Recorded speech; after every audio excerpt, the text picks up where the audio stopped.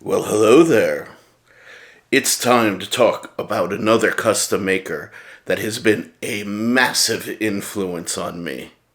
Strap in and find out about one of the smoothest gangsters in custom knife making.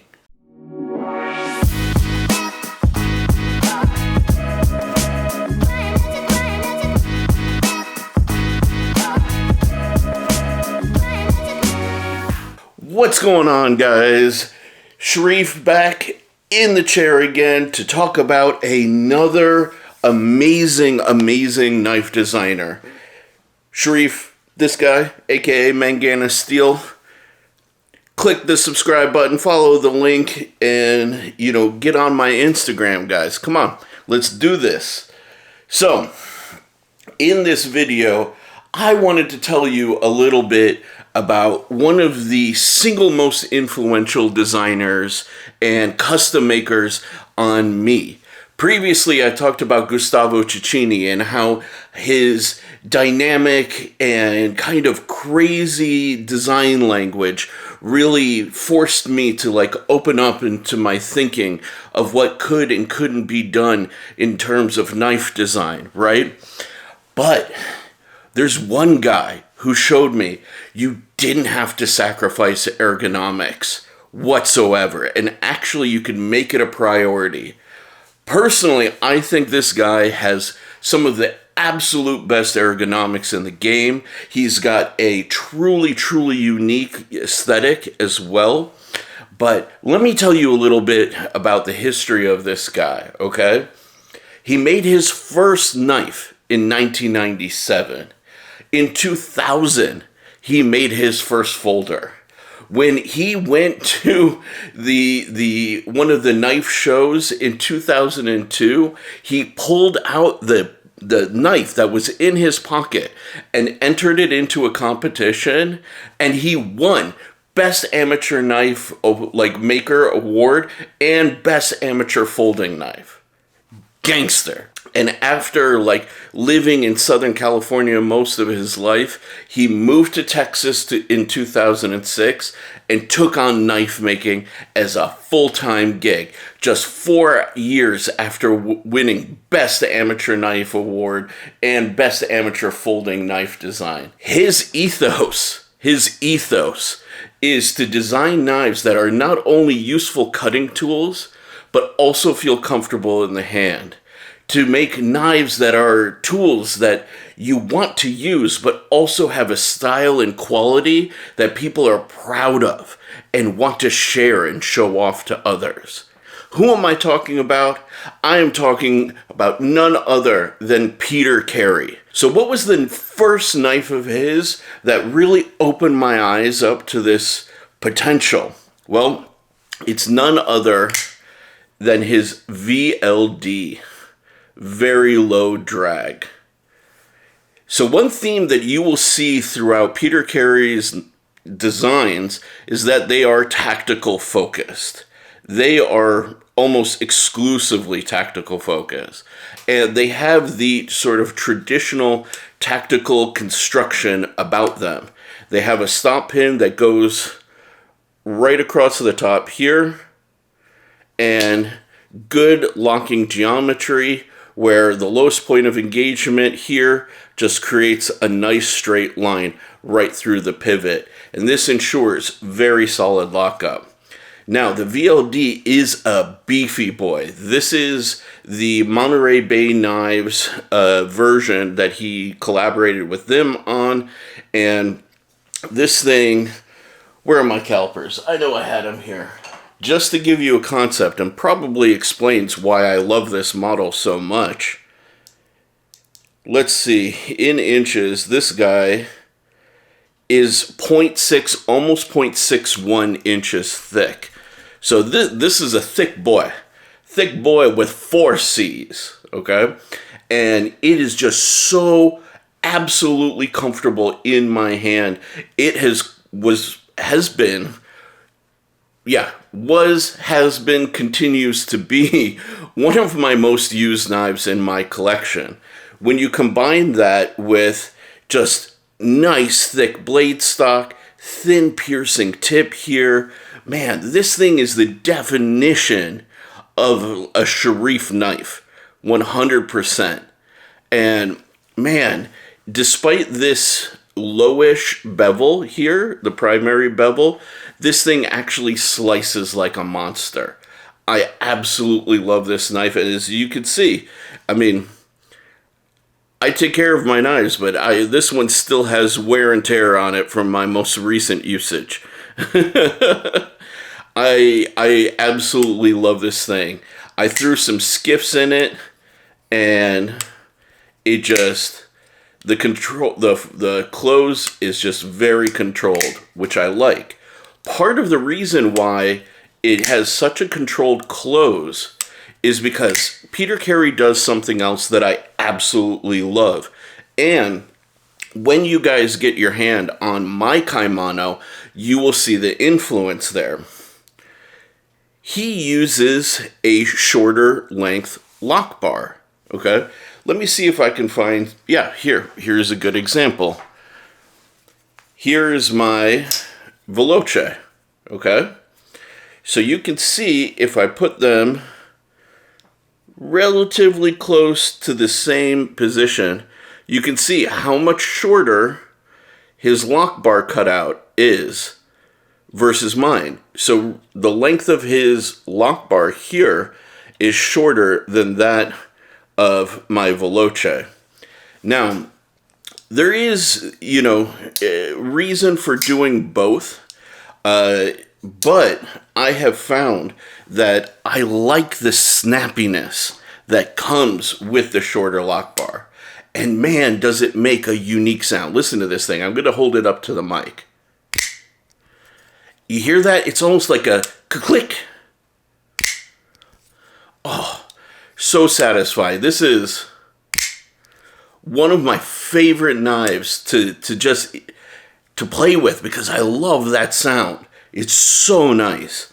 And then when you look inside, this is the surface area that he has allowed for making that lockup. And that's amazing. This is the knife that I think about when I criticize fidget knives, right? Because you start sacrificing this lockup surface area in order to get all your other deployment methods. You don't need it.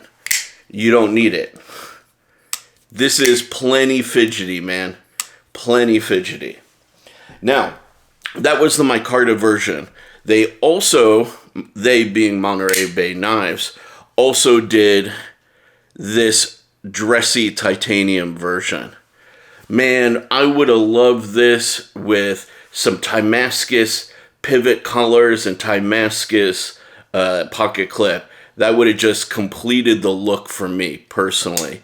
And listen to this thing. This has a distinctly different sound because of the carbon fiber. Little bit higher pitch, but man,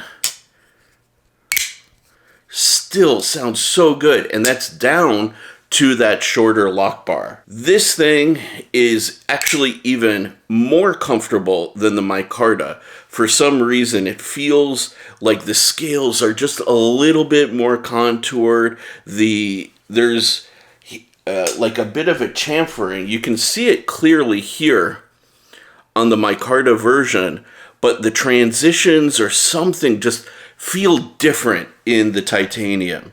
Or not the titanium, but the carbon fiber.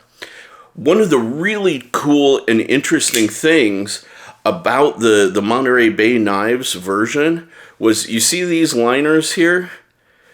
Those are titanium, which so few people do nowadays, and it's just a nice classic approach. I absolutely love it. One of my all-time favorite knives. Partly that's the reason why I own two of them. Now, another one that he collaborated with Monterey Bay Knives on is the Turbo here. And again, this is another one of my users here. In maroon micarta, Sanmai ZDP 189 steel. Just a beautiful, beautiful knife. Much thinner than the VLD, actually. This is much more of a standard EDC sort of width. And for this one, they decided to go with steel liners. But look at that action. Oop, gotta get it. There we go. Just so smooth, so good. And again, short lock bar. That is a Peter Carey special right there. Man, this thing, so comfortable in hand. Again, you see these very clean, very simple, neutral ergos. Gives your index finger a very clear place to index. It also prevents your finger from running up onto the blade. And you get a solid four-finger grip, even if you got big meat hook hands like me. And you guys know, I have extra large to double extra large fists. And this guy just melts away in my hand. So useful, so convenient, nice slicey blade, nice, beautiful action. And they did this version, which is one of my absolute favorites, with that raindrop carbon fiber in there. Look at how that just dances in the light, along with the black-coated M390 blade. This one is a bit of a safe queen, I'm not going to lie, but look at just how drop-shutty that action is, man. If I'm not mistaken, let me double check to be sure. Yeah, I pretty much put skiffs in all of them. So when you look at, for example, my kimono here, you can see I took a bit of inspiration here. I have a little bit more of a swell here than he normally does. But again, clean neutral ergos, very clear indexing point for the finger. The tactical approach to the construction is very much the same, as you can see here. And, you know, I also went with the short lock bar. And it just makes this thing so snappy, so snappy. Now, these are not the only knives that Peter Carey has. He has a number of other models that are just absolutely phenomenal. He has had knives like the Cornerstone, the Cayman, the Nitro. He did do a collaboration with We Knives recently. So these Monterey Bay knife models you can't get. Maybe on the secondhand market. But if you want a modern Peter Carey, he has one called the Nitro Mini that he did in collab with We Knives.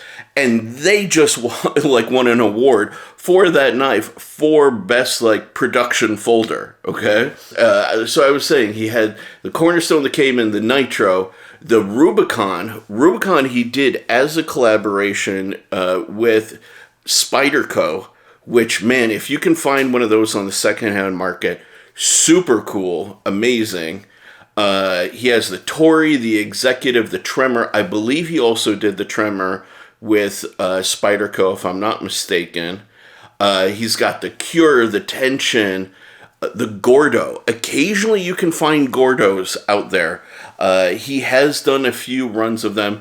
It's a much smaller, almost like fifth pocket knife, right? And then my favorite collab that he did with Spyderco was the Magnitude, which is super cool. Been trying to find one for a decent price. Very difficult. Very difficult. But man, you guys gotta check this guy out. I'll put his link down into the description below. But he has just a history of working with some of the most beautiful materials. He has a history of just creating these amazing designs. If you like tactical knives like how I do, he's definitely worth a look. Absolutely worth a look. This is why I keep going on and on about ergonomics, right? Because This is a knife that I can hand to somebody else who needs to cut something, and they don't need to get their hand into a weird position in order to use it, right? It's a tool. At the end of the day, it's a freaking tool.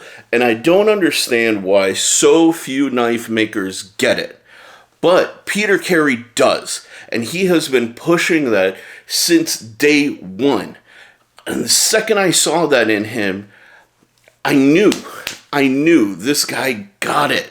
And he taught me it, to be 100% honest with you, right? Like, he exposed to me, really, that you can make knives in different sizes, different shapes, different thicknesses, and still be able to accommodate people of different hand sizes, right? Like, here's a perfect example. This is a hammer.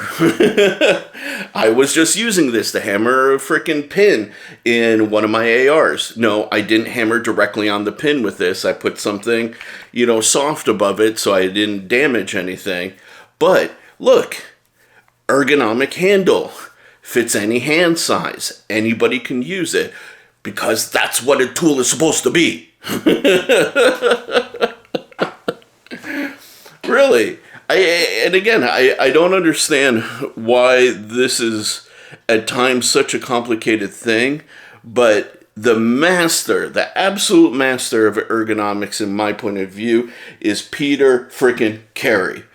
Check him out. Make sure you give him like a subscribe, follow him on frickin' social media, and you will see the beautiful work that this man puts out on a regular basis. In the short list of knife makers whose customs that I dream someday of owning, you have Gustavo Cecchini, Bob Trezzola, and Peter frickin' Carey.